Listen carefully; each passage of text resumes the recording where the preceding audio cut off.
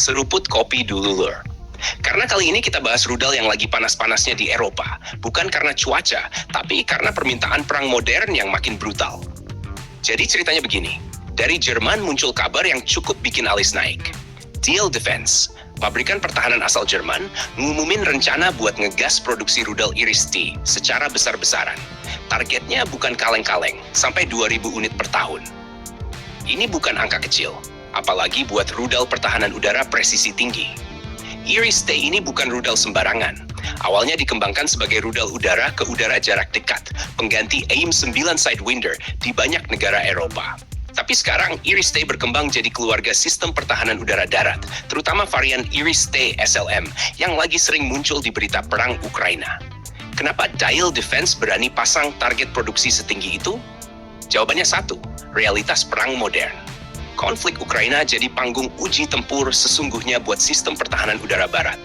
Drone kamikaze, rudal jelajah, roket jarak pendek, semua datang bersamaan. Dan Iris-T terbukti efektif buat ngelawan ancaman jenis itu. Iris-T punya keunggulan utama di sistem pemandu inframerah generasi terbaru. Rudal ini bisa ngunci target dari sudut ekstrem, bahkan target yang manuvernya agresif.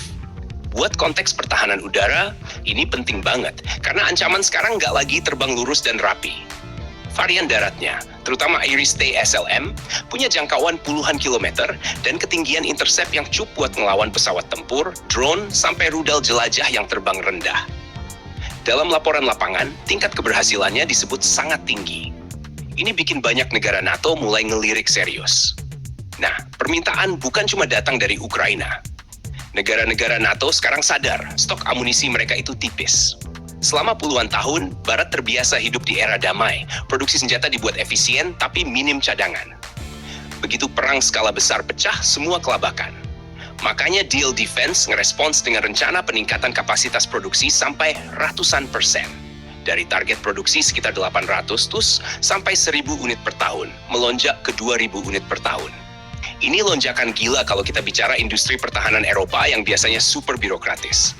Ini juga sinyal penting bahwa Eropa lagi shifting mindset. Dari industri pertahanan yang cukup buat latihan ke industri perang sesungguhnya.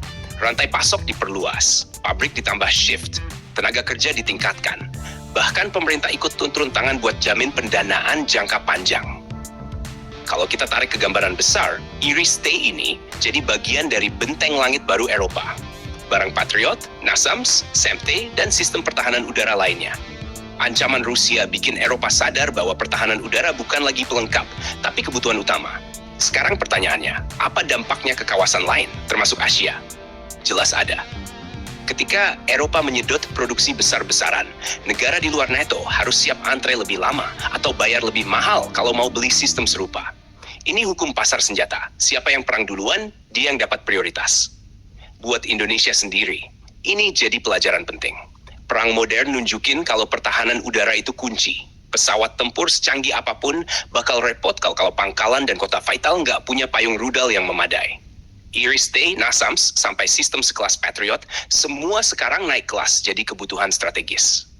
Yang menarik, Iris-T juga dikenal lebih fleksibel dan relatif lebih murah dibanding sistem berat seperti Patriot.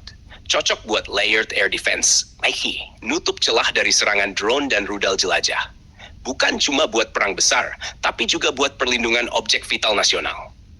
Peningkatan produksi Iris-T ini juga jadi sinyal keras ke Rusia dan pihak lain. Eropa bukan cuma kirim senjata, tapi siap produksi massal dalam jangka panjang.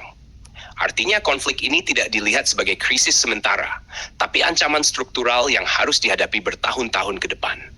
Dan di titik ini, industri pertahanan Jerman yang dulu dikenal lamban, sekarang berubah jadi mesin produksi perang modern. Iris-T bukan cuma rudal, tapi simbol perubahan sikap Eropa terhadap keamanan.